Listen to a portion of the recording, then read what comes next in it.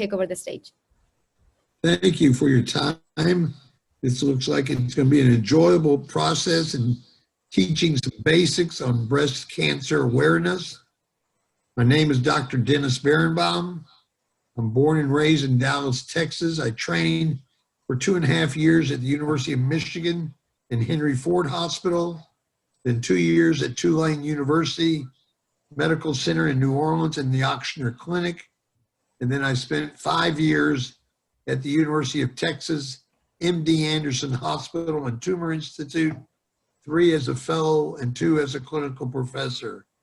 I've been in practice in the Dallas Fort Worth area for approximately 41 years, built the Arlington Cancer Treatment Center in 1981, the McKinney Cancer Center in 2010, and the Patients Comprehensive Cancer Center across from Carrollton Regional Medical Center in the year 2000.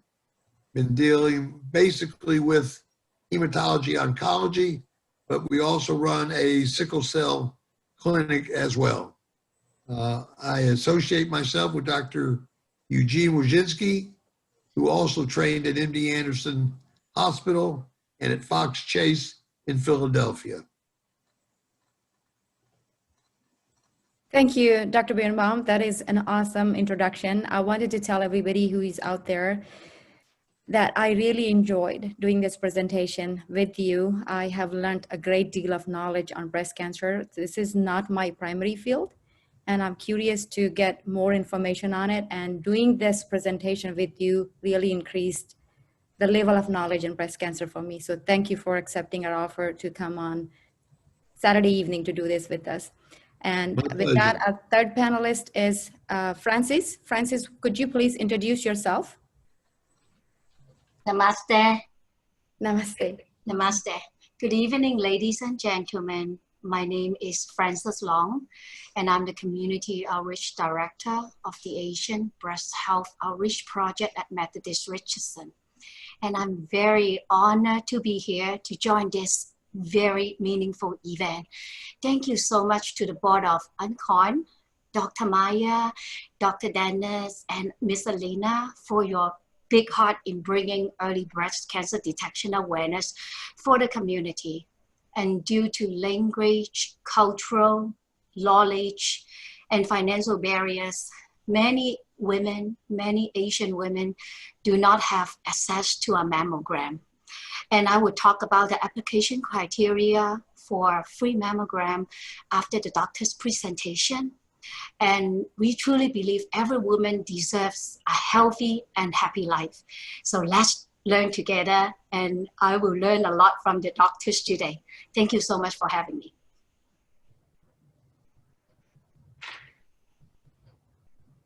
Alina?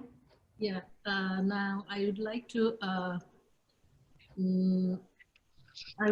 say Dr. Berenbaum about that breast cancer awareness and more how to protect and how to detect and how to save lives. Please, Dr. Berenbaum. Thank you, Alina. I am going to bring him in between as a panelist, so we will start the presentation.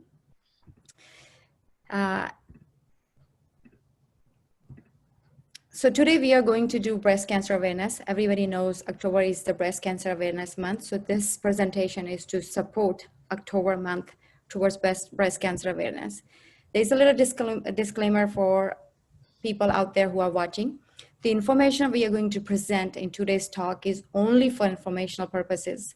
We are not intending to substitute any diagnosing or treatment by a licensed professional. If anyone out there have any questions about the information that we are going to share today, please check with your healthcare provider. Enjoy your journey to wellness. This is a very dear quote to my heart, very commonly used in my practice. I have used this with my family, with my patients, with my neighbors and friends out there. So I thought this is how I'll start my presentation. We want to enjoy our life journey to wellness. We don't want to chase wellness after we lose it, which means no space to illness in our life. And how do we do that? Especially today, we are going to talk about breast cancer. Let's learn this together. There are about 1 in 8, approximately 1 in 8 women will be diagnosed with breast cancer. So if you meet out there 10 women, out of that, 1 out of 8 will end up developing breast cancer. So today we can save that one person's life by spreading this awareness. Now, the numbers have even gone up because of the increasing awareness, Dr. Birnbaum. You were mentioning that the number has gone up to 2 in 8 now. It's more frequent than 1 in 8 now because of more people are aware of breast cancer. There are so many new types of radiographic and ultrasonic techniques available that were not present 5, 10 years ago, that you can get early detection. And then with the onset of the family cancer syndrome and genetic profiling, you know that your risk is even higher. An example of that would be the movie star Angelina Jolie, that her sister, her mother had breast cancer, and her aunt had ovarian cancer. So all 3 women had a female type of cancer that made her more prone to it. Plus, she went and had a genetic testing and was found to be BRCA1 and 2 positive.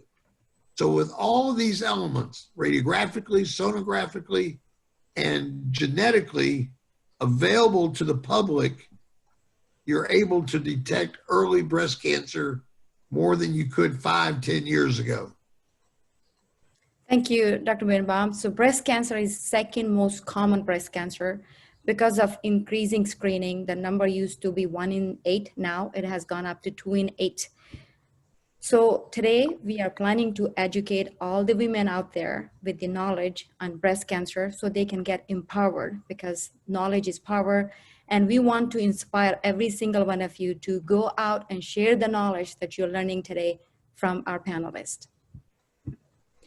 Breast anatomy, before we go into the depth of breast cancer, it's very important to know the basic anatomy of the breast.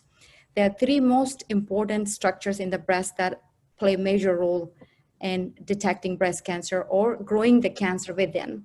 Lobules, if you look at the pictures, these are the lobules. A normal breast has 15 to 20 lobules, glands that produce milk. And after the milk is produced, it travels through the duct and to the nipple, comes out. Stroma is the fat tissues, adipose tissues around that keeps the breast together. It also has Cooper's ligament that attach the skin and pectoral muscles. Lymphatic vessels is something also very good to know, because we will be talking about lymph nodes. These are little lymph vessels that drain cellular debris or white blood cells into the lymph node that you can find under the armpit or in the axilla. So these 3 structures are very important to know, because most of the cancers take place in the ducts and the lobules. And let's find out in depth from here. Dr. Birnbaum, do you have anything to add on to this? No, I think you covered it quite adequately. I think from a clinical point of view, the most important to us are the lymphatics, because they go a much further distance than your stroma and your lobules. Lymphatics go all the way up into the axilla. They go even across the chest wall, across the mediastinum to the other breast. So watching the lymphatics and making sure you do adequate examination is tantamount to the most important thing that you can do. Thank you. That being said, Dr. Birnbaum, I wanted to let the public know also, if anytime you hear a breast specialist or oncologist talking about lymph node involvement, this means the prognosis is not that good. Am I right? It does not help, not help at all if you have involvement of lymph nodes, and it depends on how many lymph nodes that are positive and the location. Thank you. So these 3 structures are very important for breast cancer growth. Now, everybody out there must be thinking, we are talking about breast cancer. What is breast cancer? So in a very simple term, breast cancer is an uncontrolled growth of epithelial cells in the duct that we talked about and the lobules. And most of these linings are epithelial cells lining. Dr. Birnbaum? Well, I think that's basically the anatomical presentation that everybody needs to be aware of. When they're doing self-breast examination, especially around the areolae, then they're looking at more of lobules and ducts. As you go into the periphery, you're looking more at lymphatics. And they probably will show up and be felt a lot sooner in the lymphatic than they will into the globules or the ducts themselves. Thank you. So the breast itself, we are targeting lobules and ducts. And when we go under the axilla to see if there's something in the armpit, we are looking for lymphatic vessels, lymph nodes. Now, every breast cancer that starts is not invasive cancer. This is a word that I want to discuss today. Breast cancer begins as in situ. You will hear that if any one of you have a family member or if you have a diagnosis of cancer, you might have gone to your oncologist and heard this, that you are in a very early stages of breast cancer. It's called breast cancer in situ, which means the breast cancer is inside, within the duct or within the lobules. It has not invaded out. So these kind of cancers have a very good prognosis, and we can use the treatment, and the survival rate is almost 98%. Dr. Birnbaum? If you get yourself into a ductal cell carcinoma in situ, that's a very early, you don't need as much harsh treatment. It may be simply a biopsy and radiation therapy, and that's all. You may be able to preserve the breast, whether it be lobular or ductal carcinoma in situ. That takes early detection. Dr. Birnbaum, will I be right to say that breast cancer staging goes in from 0 to 4, 0 being no pre-cancer? And with this ductal carcinoma in situ and lobular carcinoma in situ are stage 0 or pre-cancer? 0 to 1 is where I would classify them. It depends. If there's more than one. It also depends on the size of the in situ. Okay, thank you. So we talked about breast cancer in situ in the beginning. So over the time, when we don't pay attention, we don't go for our yearly exam, when we don't get our screening test, what happens? The cancer starts to leak, starts to invade the basement membrane. If you look at it, these are the little ducts. In the beginning, the cancer is within the duct, but later on, it starts to leak out, go to the surrounding tissues, or sometimes it transfers to the other areas through blood or lymphatic drainage. Then it is invasive cancer. Same thing goes to the lobular carcinoma. It's not within the lobules. It has started to leak out and affect the other parts of the body. And this is not a good diagnosis. We do not want to be at this stage. That's why we are going to talk about what are the screening criteria, what are the risk factors, and what are the treatment modalities, so we could prevent you guys from getting into this stage. Dr. Birnbaum? I think you hit the nail on the head. Early detection, early diagnosis is the most important thing in breast cancer. And remembering your age, remembering your family history, and remembering, most important, self-examination. And every woman who showers every day ought to do an examination. You shouldn't wait every 4 months or 6 months. You should examine every day. Thank you, Dr. Birnbaum. So this is a very nice picture that while I was researching for the topic, I found. If you look at this orange part, it says that 76% invasive cancers are ductal carcinoma. So going back to the picture, 76%, 76 to 80% of cancers grow in the ducts. And if it travels, or the other 17 to 20% is invasive lobular carcinoma, and rest are small, that are not that common. So if you look at it, 76 to 80% of cancers are called ductal carcinoma, and 17% are lobular carcinoma. This is something good to know. So if you ever get diagnosed with this cancer, you could ask your oncologist, your surgeon, what kind of cancer am I having? Is it a ductal carcinoma in situ? Is it an invasive ductal carcinoma? Most common is ductal, and other is 17 to 20% is lobular carcinoma. Dr. Birnbaum? I agree wholeheartedly. Your slide explains it very simply. Once it gets out of the in situ carcinoma, the risk factors are greater and the chances of metastatic disease are greater. Thank you. So we have some facts to share. Now, the facts are not to scare you, but facts to give you hope. There is a big reassurance out there for breast cancer. When we do the research, it comes to light that there are about 276,400 new cases of invasive breast cancer. Those invasive breast cancers are ductal and lobular, and 48,530 new cases of non-invasive, which are ductal carcinoma in situ, will be diagnosed in 2020. And if you go look deeper down about the death rate, this is a little sad. About 42,170 women in the US are expected to die from the breast cancer. Breast cancer is the second leading cause of cancer death among women in the US. I remember this because it was in my test for the board exam. So even though the fact is 42,000, according to the research, the numbers have still gone down because of screening. Dr. Birnbaum? I think you're 100% right. I think not only that, I think your death rates are going to go down because of the introduction of new oral oncolytic drugs and the use of immunotherapy and the use of more detailed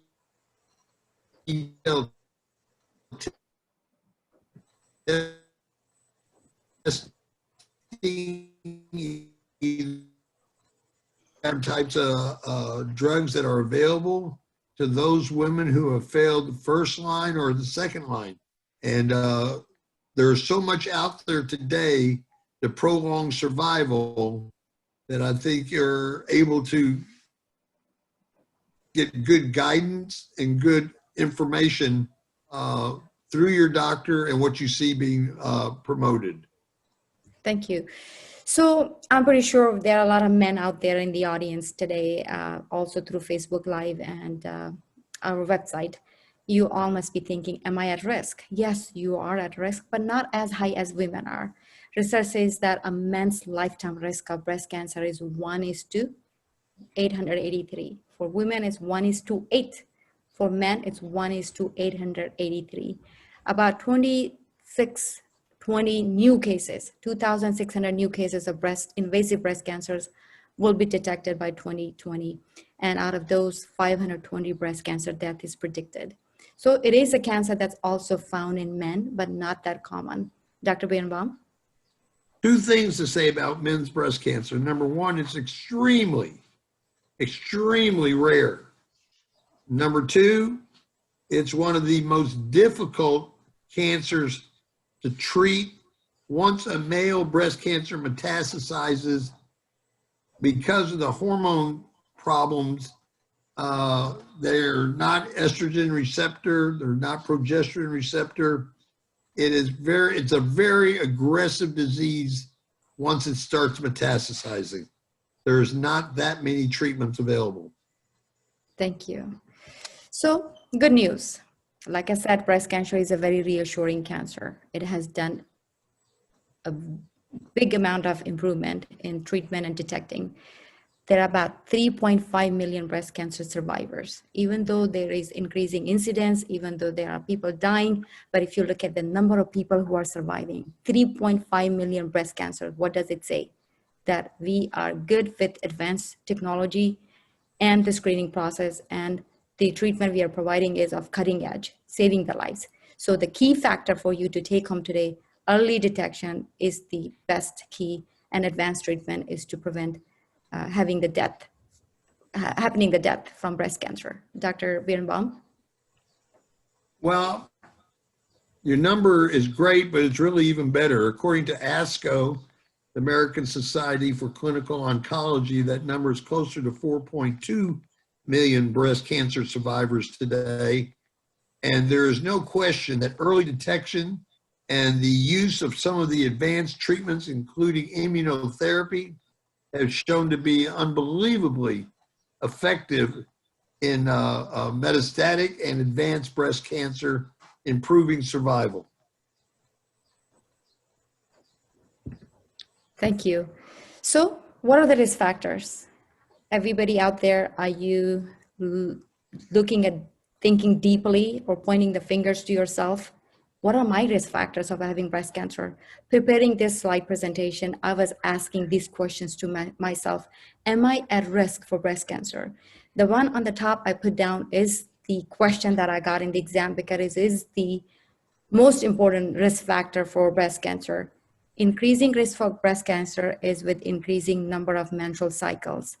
If you have early menstrual cycle before the age of 12, or if you have a late menopause after the age of 55, that explains that you were exposed to estrogen for the longest time period, and that puts you at a higher bracket. Or if you never had pregnancy, usually when you're pregnant, it puts you at a rest where your estrogens are not working, only progesterone, because it's called hormones of pregnancy, and it counteracts the estrogen and saves you from breast cancer. And if you had children, but you had them after the age of 30, again, the prolonged exposure to breast cancer, to estrogen, causes high risk for breast cancer. Or if you never breastfed, these are some most important things that I want you to tell your healthcare provider when you go in for your physical, so they can pay an extra attention and make sure that you are not an average risk, you are in a higher risk. Dr. Birnbaum? I couldn't agree with you more. I think you've outlined it perfect. I think people need to be aware of this and have a good and clear understanding of this more than anything else. Thank you. So the risk factors, being women puts you at a higher risk, no question asked. Over 75% of women, the research says over 75% of women diagnosed with breast cancers are over the age of 50. Think why? Why over the age of 50 you are at higher risk? The number one question that I was just sharing in the previous slide, prolonged exposure of estrogen puts you at a higher risk. Dr. Birnbaum? Well, I think you're also dealing with comorbidities as well once you reach the age of 50, but the exposure and the prolongation of having that much estrogen and progesterone circulating in the body makes you at a higher risk as well. Dr. Birnbaum, could this be also possible that by the age of 40, by the age of 50, you had other factors that factored in, like poor lifestyle, drinking, smoking, and the accumulation of all those could impact and increase your chances of having breast cancer because you didn't live a good, healthy lifestyle? That's comorbidities. You hit the nail on the head. All of those represent a comorbidity, and each one of those represent an increased risk factor in coming up with a diagnosis of breast cancer. So genetics, 5 to 10% of breast cancers are due to mutation in the genes. BRCA1 is responsible for breast and ovarian cancer. BRCA2 is breast cancer in male and women. So if you pay close attention, BRCA1 is not found in male. BRCA2 is found in males. So if you go in and you have a family member with ovarian cancer, breast cancers, please get the attention of your healthcare provider and ask them to see if you qualify for BRCA testing. Or if you're a male, ask for BRCA2 because that puts you at a higher risk. It says that BRCA1 and BRCA2 gene mutations has 7 in 10 chances of having breast cancer by the age of 80. Dr. Birnbaum? Well, I think one of the most important things is the cancer family syndrome. In the cancer family syndrome, you take yourself, you take your brother and your sister, your mother and your father, your grandparents on your father's side, your grandparents on your mother's side, and all the immediate uncles and aunts. And you add that up together, and let's just say that total is 30 people. And out of those 30 people, 10 have had some form of cancer. That's 33 1/3%. Anything above 20%, simple mathematics, anything above 20% means that you and your brother and sister are at increased risk. I.e., I go back to the case of Angelina Jolie. Her sister had breast cancer, her mother had breast cancer, and her aunt had ovarian cancer. Therefore, she was at an increased risk. She went and took the BRCA test and proved to be positive. So if any of these factors exist, these are simple things that people can do in order to early detect breast cancer. This slide is just to reinforce what Dr. Birnbaum mentioned. One first-degree relative, like mother, sister, daughter, with breast cancer puts you at a double the risk of breast cancer. The risk goes up 2 times. And if you have 2 first-degree relatives, the risk goes 3 times. Let me interrupt you 1 second. It also increases in any type of female cancer. Meaning if you have a relative with breast cancer, yes, that increases your risk. But if you also have somebody who doesn't have breast cancer but has ovarian cancer or uterine cancer, it increases your risk as well. Thank you. So personal history of breast cancer, like just Dr. Birnbaum mentioned, if you had a risk of endometrial cancer or ovarian cancer, then chances of you having breast cancers are also going to go up. White women are also slightly at higher risk of developing it. And if you have dense breast and you go in for mammogram or sonogram and the report comes out that you have a glandular or fibrous tissues, we need to put you in a higher risk and watch you closely. Dr. Birnbaum?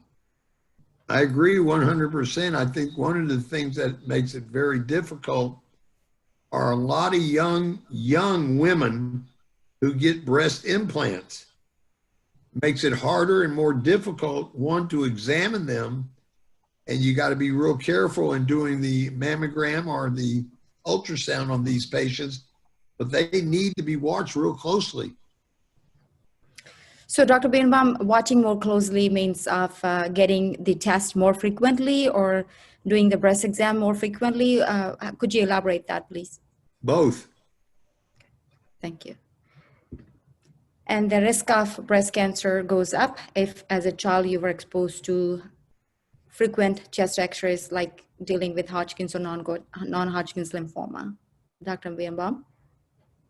I think any exposure to radiation, be it from an x-ray machine or from radiation that you may have had a cancer previously, is going to increase your risk factors of getting breast cancer amongst other types of cancers as you get older.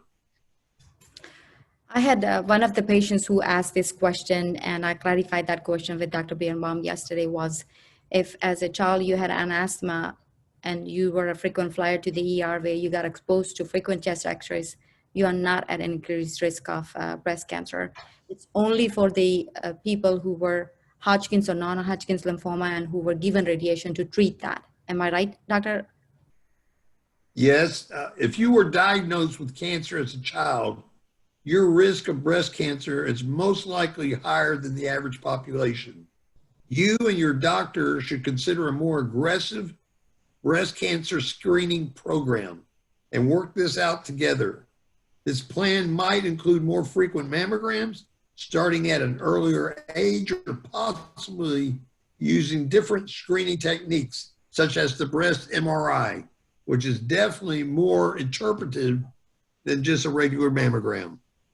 So again, this is where the history taking comes in place. When you go in for your exams, please take time, write down your points and address it to the doctor so he can find out if you're an average risk, low risk, or a high risk.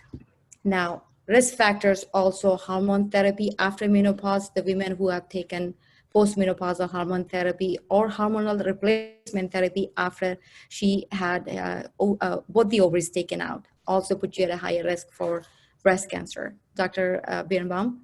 I agree 100%.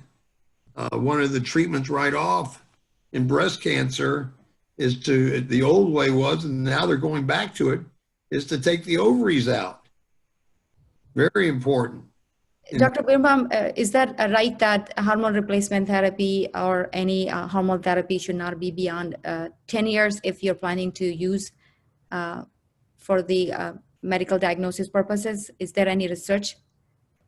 Well, there is quite a bit of research. There shouldn't be any hormonal replacement therapy because all it's going to do is precipitate the growth of cancer cells.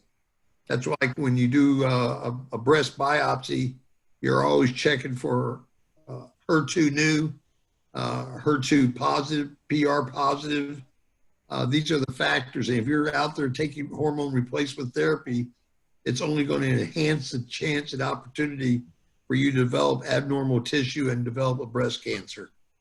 Thank you. So what about those women who had menopause and they're going through menopausal symptoms and they want some estrogen put back in their body? What do you tell them? Well, I look at their history. Number one, have they had children? When did they start menstruating? Going back over the slide that you had before, you know, which tells you a lot. If they've had children, if they've gone through normal cycles, if they're now going through a normal menopause, and it's not surgically induced, then there's no harm in some respects in giving them some hormone replacement. It also depends on the family history. If there's a negative family history, then you're less likely to develop a female reproductive or a female breast hormone cancer. So again, before you go ask your doctor to get on hormone replacement therapy, make sure the doctor has really done a risk assessment for you before they put you on. Totally, a total assessment. Okay. So thank you. In the end, I would say all those risk factors that we just talked about are not modifiable, which means you have no control. You cannot decrease them or increase them because the number one cause is prolonged estrogen exposure that puts you at non-modifiable risk for breast cancer. Now let's talk about modifiable risk. This is something that you have 100% control. You can prevent yourself from getting into illness by nailing these things and eliminating them. Unhealthy diet. Anytime you sit down and look at your plate and you find out that your food is not rich in proteins, it does not have fiber, it does not have whole grains, and it is full of saturated fat, you do not want to eat that because this will cause obesity, and with obesity comes estrogen, androgens turning into estrogen and more cancer. Dr. Birnbaum? One of the worst comorbidities you can have is obesity. The no white diet has shown repeatedly a lower risk factor of both colon and breast cancer. And that's a type of diet. You don't have any white bread. You can have wheat bread. You have no fried foods, no French fries, no fried chicken, no chicken fried steak. You have salads and soup. And along with that, you have exercise. And you follow the high protein parameters and you use whole grains, and you'll see tremendous increase in your own health, in your own stamina, but you're at the same time decreasing the risk and possibilities of cancer. And your other slide right next to it is probably one of the other great harms to breast cancer, and that's cigarette smoking. Thank you, Dr. Birnbaum. I really like that word, no white diet. So if you sit down to eat, very simple, people go out and ask their healthcare provider, what kind of food should I be eating? So in a very simple term, this is what we explain. Anything that looks white, except the white meat, anything that looks white, anything that does not come from the ground or does not grow in the tree, you should avoid. So white looking food is cheese, milk, pastas, potatoes, rice, cake, butter. Avoid all those white looking food, and make sure that the plate is full of the food or fruits that are coming from the grounds naturally or growing on the trees. Included in there is baked potato and mashed potatoes. You can have sweet potatoes, but not baked potato and not mashed potatoes. Thank you. So again, when you sit out there, I want you to point the finger to yourself and ask, do I have an active physical life or I have inactive physical life? If you have inactive, then you know that it's going to cause your weight go up. There's going to be a lot of inflammation, poor immune system, and hormonal imbalance. That will put you at a higher risk for breast cancer. Dr. Birnbaum? I can't agree with you more. I think the slide speaks for itself. I think there are so many contraindications for you to look at. You must stay an active life. You need to watch out for hormone imbalance and watch out for what you're taking in as far as liquor, as far as carbonated drinks, and as far as your dietary intake. Thank you. So this is some slide that I have put down, and they are very important because these are the questions asked to me when they come to their primary annual exam. Is it okay to do 1 drink or 2 drink once a week, once a month? So my question to you all, ask yourself by looking at this fact: 1 drink a day have 7 to 10% increase in risk, just drinking 1 a day. And if you do 2 to 3 drinks a day, the risk is going to be 20%. So that should be your answer. Do you want to increase your risk by drinking something that's harmful for you? Being overweight, there's a lot of estrogen that's coming from the adipose tissue of the estrogen. So you do not want to do that. You need to be active. They say that 2 hours of exercise in a week will help you get your goal of healthy lifestyle. So signs and symptoms, these are very important because most of the breast cancers are detected by women at home by doing monthly breast exam. Because when you go to the doctor, it's almost a year past, and sometimes the clinical breast exam by the doctor is 2 to 3 years. They don't even do yearly. So you could do monthly breast exam and feel what is your normal breast from what is your abnormal breast by looking at these changes. So if you go out and you find that there's a change in shape and size, not nice, you need to go see the doctor. If you see there's a dimpling in your skin, there's something going on underneath that pulling the skin inside, or if you see the nipple is inverted, sucked back in, that needs attention. Or when you press your nipple, or sometimes you don't even have to press, you take your bra off and there's a stain on your bra, or you're just getting into the shower to take a bath and you see the blood or yellow stuff drain out of your nipple with no pain, that needs attention. Or when you're doing an exam or not doing an exam by accident, you feel a lump, that all needs attention. Veins get engorged, they get distended because there is a lymphatic drainage that get blocked, need attention. Ulceration, and when the skin looks like an orange peel. When you look at an orange, it looks shiny, it has prominent pores, and it looks oranges because there's the inflammation underneath, there's blockage underneath, and there's cancer going in. These are some signs and symptoms that I want everyone to know like the back of your hand, so you could detect them in early stages, go to your doctor's exam, get their attention, and get the further screening test. Dr. Birnbaum? I think you're 100% right. The orange peel is called poche d'âge. And that's one of the names that you'll see. It's usually around the areola more than any place else. But if 80 to 90% of breast cancers are found by the patient themselves, usually taking the lumps and bumps better. But more important is your doctor. If your doctor does not take the time to keep you on a schedule for your mammograms or your examination, or if you go to your doctor with a concern and he does not take you into his room and examine you, get a new doctor.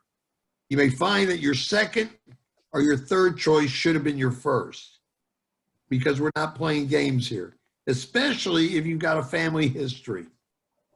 Thank you, Dr. Birnbaum. So women out there, they must be wondering, how will they remember to do their breast exam? So very simple tip to take home.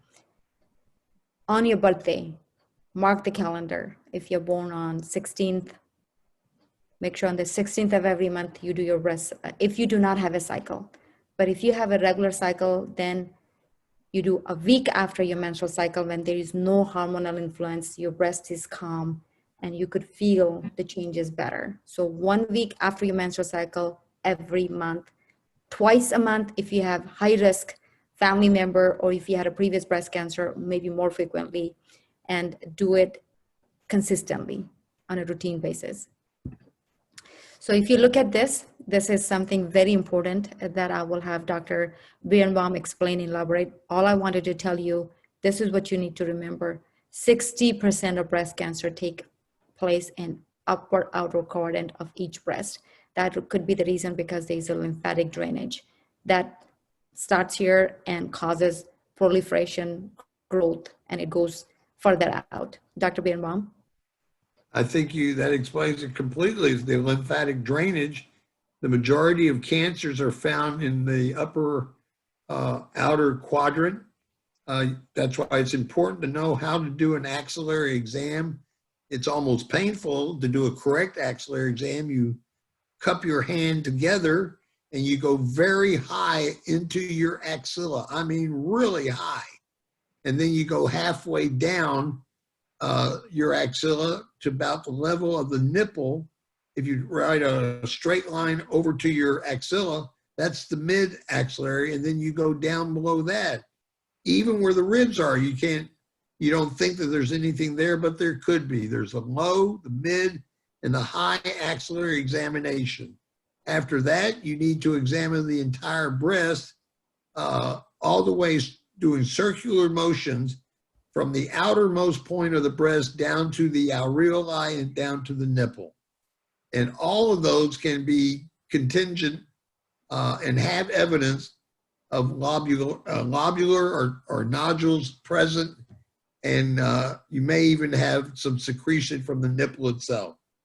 But work out to in until you end up at the nipple, and make sure that you include your axillary exam at all times. Thank you.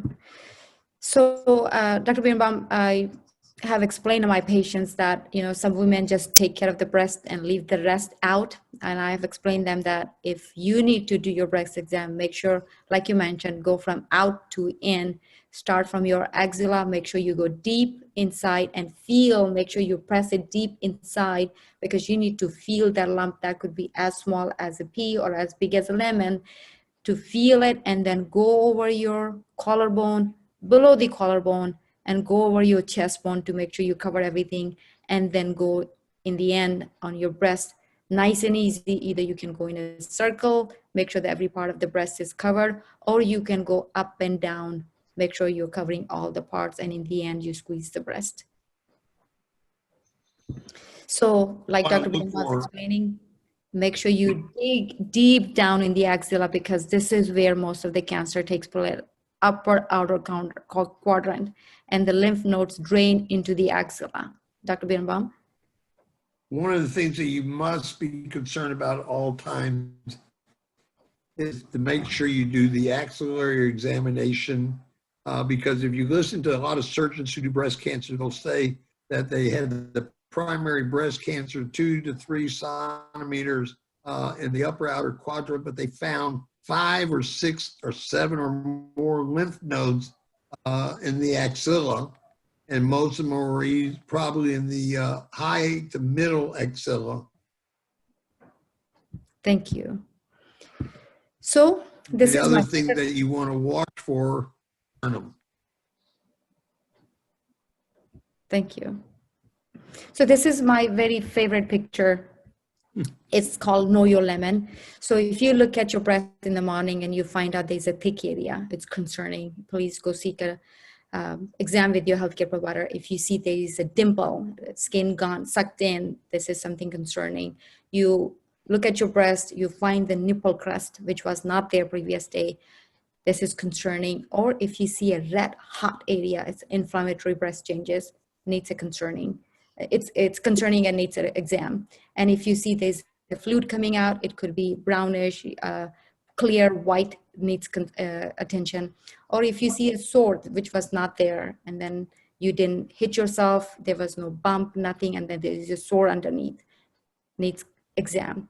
Or if you see a bump, breast veins are engorged, and they're just popping out, that needs attention. Or the nipple is sucked back in, shape and size of your nipple or breast is changed, that's concerning. And the doctor was explaining orange peel skin. This is how it looks. If you look like this, there's something going on inside, the lymphatic engorgement, the drainage, the multiplication, the cancer cells multiplying, and it needs right away attention. Or if you go deep down when you're doing the exam and you find a lump, that needs attention. This is something very nice. I take a picture of this on my phone, and when I'm educating my patients, I make sure that they know these changes, because visual really makes a big impact.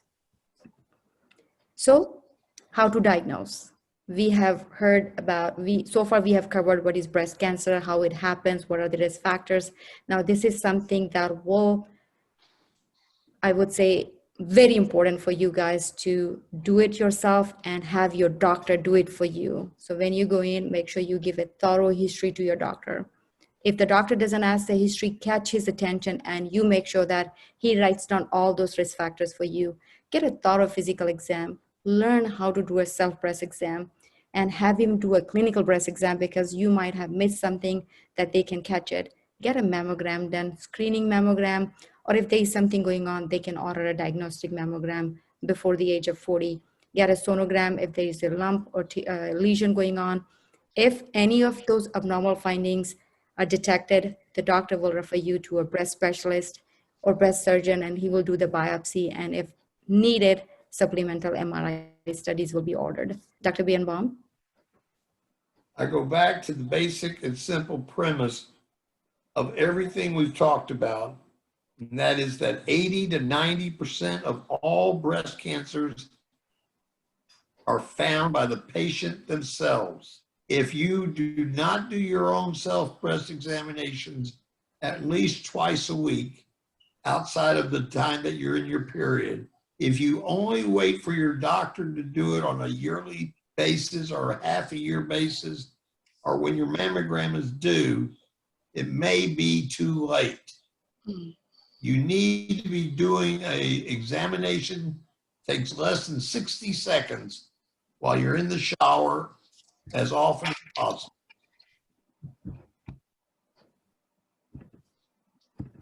So the breast self-examination, my favorite picture, I like to divide that into 3 steps: look, feel, and squeeze. So when you're standing in front of the mirror before you jump into the shower, please look your breast in the mirror.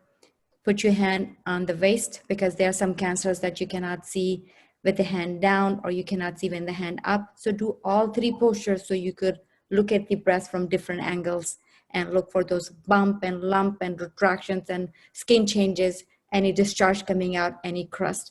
If you don't feel anything, then you jump into the shower, you lather your fingers with some soap so your fingers can glide easy. And again, start deep down from your axilla and then go over from outside inside. Cover like this. You could do that in the shower. If you don't have time, you're rushing for work, you can do it when you're laying down at bedtime. Or sometimes you could do it when you're watching TV or you're in the back of your car seat. Do it. Please take some time to do it. And in the end, squeeze your breast to make sure there is no blood coming out, there is no milk coming out, or there is no water coming out. If you have any of those, you need to go see the doctor for that. Dr. Birnbaum? The only thing I would tell you, a lot of people don't even know this, you're standing in front of a mirror. You may notice if you're right-handed, your right breast is going to be a little bit higher up than your left breast. Same thing if you're left-handed, your left breast will be a little bit higher up because you've been using those muscles and tendons. So don't be alarmed if standing in front of a mirror, one breast is a little bit higher than the other breast. Other than that, I think everything that was just described is 100% right. And take advantage of the shower, a soapy shower, and do a self-examination. I cannot emphasize that enough or repeat it ad nauseum, how important it is that you do self-examination. Thank you. So, mammogram. Early detection is possible through mammogram. Like we discussed in the beginning, mammogram detects the cancer in situ. I want you to know this word. There's a little fancy word when you go to your doctor's office and you hear it or you say it, they will think that you're educated. Mammograms detects in situ cancers, which means it is curable. 97 to 98% people who have in situ cancer detected by mammogram in early stages is curable. So please take advantage of your mammogram and get it done on a scheduled basis. Screening guideline for breast cancer, American Cancer Society or United States Preventive Task Force say 40 to 44-year-old you can have by choice. Nobody will hold you responsible or doctors will not be questioned why did they not answer. But if a person comes in, they ask for it, we do it. But 45 to 54, screening mammogram is done every year. Remember, as you age, the lifestyle, estrogen exposure puts you at a higher risk. So you have to do those exams every year. 55 to 74, the risk starts to go down, and then every 2 years. And after 75, you could do it depending on what is your life expectancy. In my professional practice, what I do, I offer mammogram to every single one after the age of 40 and then year after. Dr. Birnbaum? The only thing I would add to that is if there is a family history, not of just breast cancer, of cancer in general, I'd move everything up 10 years. Instead of 40 to 44, I'd start at 30. Thank you, Dr. Birnbaum, for adding that. So remember, when you're doing the risk analysis, when you're finding out your risk factors, when you tell those factors to your doctor, he's going to move you out of the screening guidelines, because these guidelines for normal person whose risk factors are low, average. But if you're in a high risk, like Dr. Birnbaum said, you would be getting mammogram 10 years before the family member was diagnosed with breast cancer. Am I right, Dr. Birnbaum? Not just breast cancer, but cancer in general. Of any kind. Thank you for correction. Thank you. So the treatment. Now, this presentation is not to go into the depth of treatment. This is just to bring the awareness of what is breast cancer, what are the risk factors, signs and symptoms. But it is a good thing to know what will be the treatment. Surgery is provided if you have a small lump. They just take the lump out, or if you have a big lump, or it has gone to your nodes, or it has gone to the surrounding tissues, then they take the whole breast, depending on what kind of cancer, what stage they found. If it got the involvement of nodes or metastasis, they decide if surgery is needed. Radiation therapy is also offered, chemotherapy offered. Sometimes they put on hormone therapy and immunotherapy. Nowadays, they're even taking the use of genomics to see what will be the best therapy for you. Should you be going for chemo, or should you be going for hormonal therapy, or should you be getting immunotherapy for targeted breast cancer areas? This is a multi-team approach. You go to your primary care, he detects it, he sends you the breast specialist, then the breast surgeon, then you see the medical oncologist, then you see the radiation specialist, and then the immunotherapist to see what is the best treatment. But in the end, before I hand over to Dr. Birnbaum, I wanted to tell, it is very reassuring. Breast cancer is curable if detected in early stages. Dr. Birnbaum? The only thing I would probably disagree with you is if your primary physician finds the cancer, then I would go to the medical oncologist before I go to the surgeon. Okay. And him outline a plan of action. Because a lot of times if they'll do the staging workup, get blood tumor markers and see if those are elevated, as well as do the x-rays and see if there's any metastatic disease. If there's not, then you may want to try neoadjuvant therapy. That's 1 or 2 cycles of chemo or immunotherapy in order to shrink the tumor. But each one of these parameters of treatment, you could have a lecture on of themselves, because there are so many new things in surgery and combination, new things in immunotherapy, new things in hormonal therapy. I had a recent patient who's now 6.5 years. She had a lumpectomy on hormonal therapy for 5 years. And with her lumpectomy is radiation, and that's all she had. No surgery, no chemotherapy. It was caught early enough. She preserved her breast. She did her 5 years of hormonal therapy. Now they're recommending by the American Society of Clinical Oncology to go 10 years on hormonal therapy. Either one, it doesn't matter. The earlier the detection, the longer the survival. Thank you, Birnbaum. Also, I was going through the topic and I came across saying with breast cancer, time is on your side. If detected in early stages, you have time to prevent this getting out of control. Is that true? Yes, that's very true. So it is very hopeful.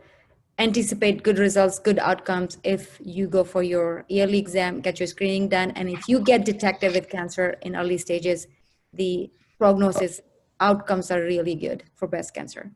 Now, take-home tips.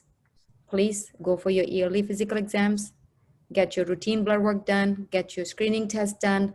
Like we mentioned, screening at 40 that I do, that American Cancer Society also recommend. And early 10 years start at age 30. Dr. Birnbaum? I think you're 100% right. I don't think there's much to add to this.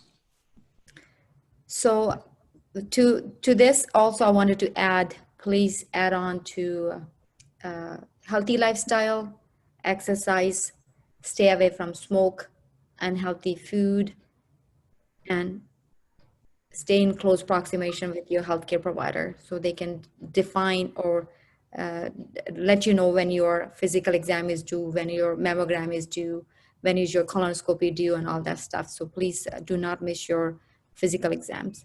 This is a very helpful website for people out there. I like this website. I've gone to this website very often. This is called Breast Cancer School for Patients. Everything is cut down in small chunks for people to understand in very easy language. So if you want to know anything about breast cancer, please visit this website. And now we have discussed about breast cancer and how to prevent it, how to screen it. Free mammogram is very important. Mammograms are very important. And if it comes free, that is very nice. So we have a very willing person who has come in to talk about how she offers free mammogram from the project she's working. Let me invite Francis for how to obtain a free mammogram. Oh, hi, everyone. My name is Frances Long from the Asian Breast Health Outreach Project. And my project, in short, is AppHop, and together with it, we can fight breast cancer. Next, please. And an AppHop program is the community service program of the Methodist Hospital in Richardson. And the mission of my project is to reach out to local communities and to increase awareness of early detection of breast cancer through education, and also to provide opportunities for early detection through screening mammogram. And now October is National Breast Cancer Awareness Month. So we're here to bring hope, love, and care for the ladies. And our services include screening mammogram, diagnostic exam, biopsy, navigation for treatment, and breast health seminar. And we serve everyone. Thank you, Francis. I'm sorry, Francis, go ahead. If you do not have health insurance, and we encourage you to call my program to find out whether you qualify for the program. And to qualify, you must be at least 40 years old, and we will ask you for your income to see whether you meet the income guideline. And you must be uninsured. That means you do not have health insurance, and you also live in Dallas County. And if you have insurance, but you just do not know where to go, and we're more than happy to help you verify your insurance, because right now, no matter what insurance plan you have, I would say most of the insurance plan, they cover the free mammogram. Francis, I had a question. You mentioned that they not only provide free mammogram, if they find out the mammogram comes out abnormal, they offer continuing care of getting you to the breast specialist, oncologist, and to the point that they even provide free transportation. Am I right? No, my program cover if the patients qualify for the program, then we will help them starting from a screening mammogram. And then if after the screening mammogram, we will need her to come back for a diagnostic mammogram or an ultrasound or a biopsy. As long as we still have funding, we will continue to help. But for breast cancer treatment, we do not have funding to cover breast cancer treatment, but we will try to navigate the patients in their own language. For example, we will try to see based on the patient's visa status or insurance status to try to navigate the patients to the next step help. So you still provide them the resources to. The resources, the navigation, yeah. Thank you. Because the patient that I serve, mostly they do not have insurance, and also they may not speak English at home. English is not their first language, so that's why, you know, we're here to help to navigate to the next step. And I want to let because I know this today's seminar, you broadcast it to the community and also all the way back to Nepal. And I encourage every woman to do your mammogram. And then my program is not the only option, because there are many, many community programs out there to help you. If you have insurance, and then if you are doing mammogram every year, keep doing it. Do not stop doing it because you are just busy. And then if you are busy, still try to find time, because this is the way that you can help yourself and to love your family. And I also encourage the ladies, if you live in Nepal, try to find a facility to have the mammogram, because the key is early detection. Thank you. Thank you, Francis. Maya, Yes, sir. let me add something to this. Sure. For those patients are bilingual, we have a complete staff at Texas Hematology that takes these patients. We're the only hematology oncology center that takes every insurance, including Medicaid, HMO. Phone number is 469-453-5500.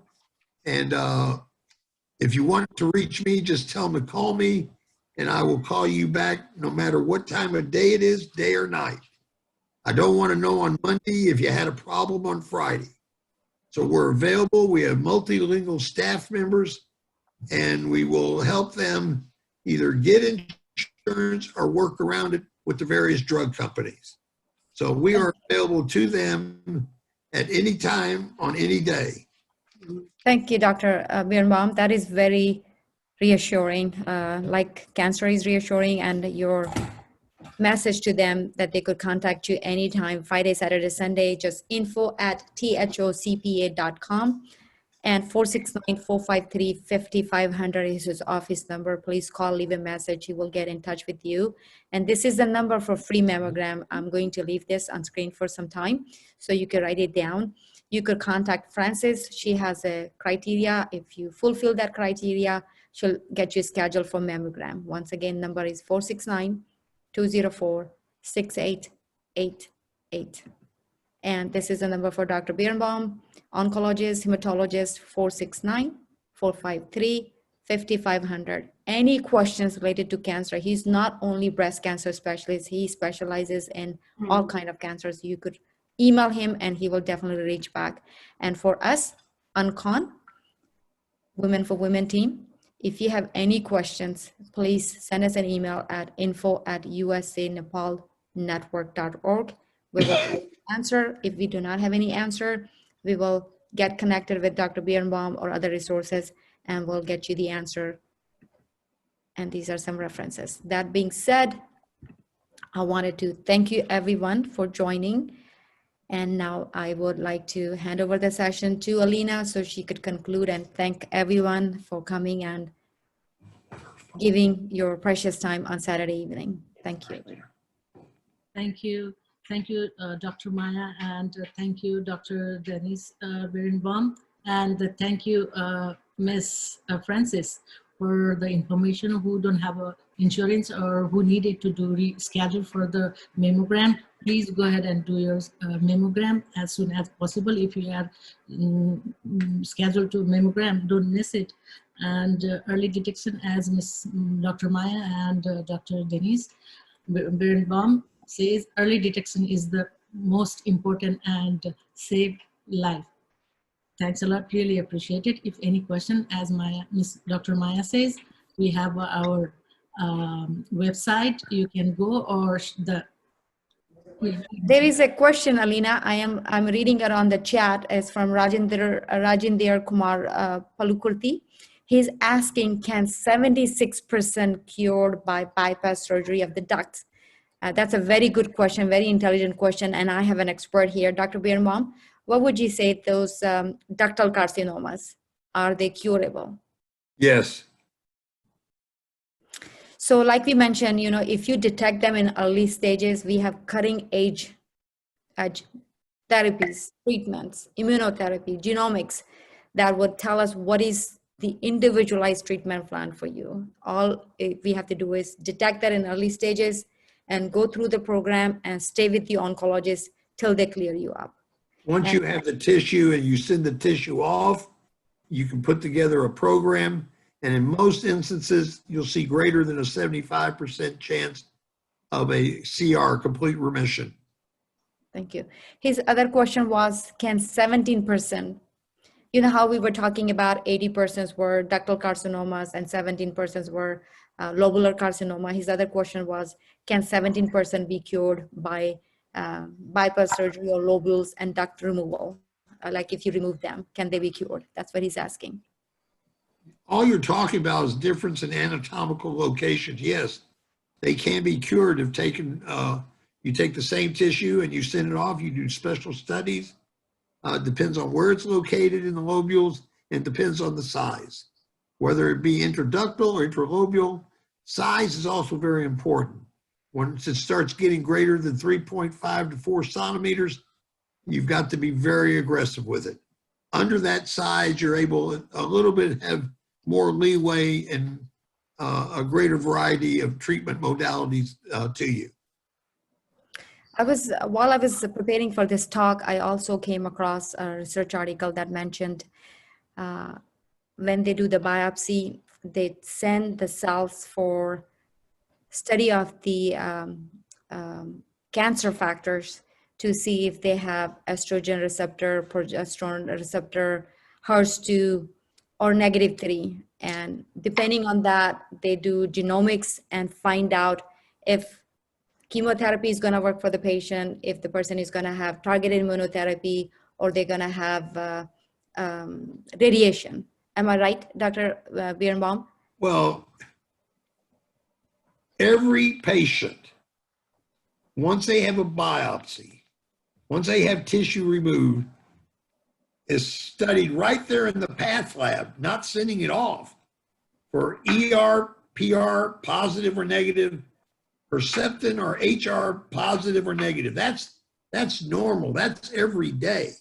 Now, whether or not you send it off, most of the labs here in Dallas will do a BRCA, they'll do a PDLI, they'll do an MH1. There's certain studies they'll do here. In our case, in our office, we get that tissue and we have what we have from the pathology here.